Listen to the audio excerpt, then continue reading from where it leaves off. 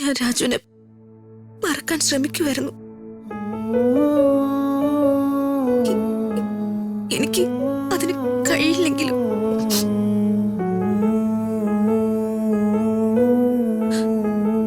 രാധമ്മ എന്നോട് ക്ഷമിക്കണം. അമ്മയെ കാണാതെ വളർന്നവളാ ഞാൻ. എന്നോടിങ്ങനെ വെറുപ്പ് കാണിക്കല്ലേ രാധമ്മ. എന്റെ മനസ്സിനേറ്റ മുറിവൊന്നും അങ്ങനെ ഉണങ്ങില്ല. അതിന് മരണം വരെ ഉണ്ടാവും. ഞാൻ കൃഷ്ണനോ ക്രിസ്തു ഒന്നും അല്ല, മനുഷ്യ സ്ത്രീയാ, വെറും സാധാരണക്കാരി. എനിക്കുള്ളിൽ വെറുപ്പ് സൂക്ഷിച്ചിട്ട് മുഖത്ത് ചിരിയായി നടക്കാൻ അറിയില്ല. അത് പറ്റില്ല.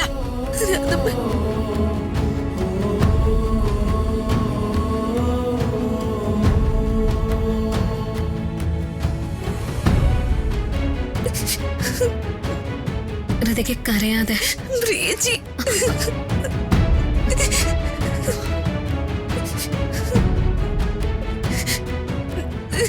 കരയാതെ.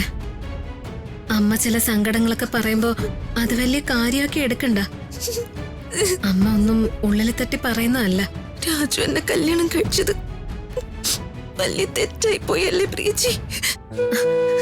തെറ്റൊന്നും അല്ല ഹൃതികെ. അമ്മയുടെ മനസ്സില് ശ്രീയുടെ ജീവിതമായിരുന്നു. എല്ലാ അമ്മമാർക്കും അവരവരുടെ മക്കളല്ലേ വലുത്. അതുകൊണ്ട് എന്തെങ്കിലും പറഞ്ഞു പോകുന്നതാ, അല്ലാതെ ഹൃതികയോട് വൈരാഗ്യമൊന്നും ഉണ്ടായിട്ട് പറയുന്നതല്ല. പിന്നെ പ്രിയച്ചിക്കോ ആദ്യം ഒരു ദേഷ്യമൊക്കെ തോന്നി. അമ്മ വേദനിക്കുന്നത് കണ്ട എനിക്ക് ദേഷ്യം വരില്ലേ, അത്രേ ഉള്ളൂ.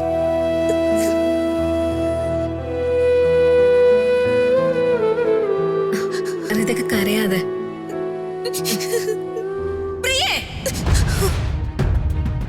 എന്താണ് ഇവിടെ? ഓ, അനുകമ്പ. ഈ കുടുംബത്തിന്റെ സമാധാനം നശിപ്പിച്ചവളാ ഈ നിൽക്കുന്നേ. അവളോടൊന്ന് യാതൊരു അനുകമ്പയും വേണ്ട. നീ എന്റെ കാര്യം നോക്കി പോടി.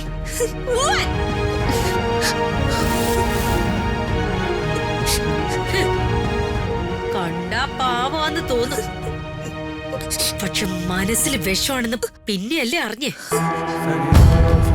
ഇങ്ങനെയുള്ളവരെ കാണി കണ്ട ജന്മം തൊലയും.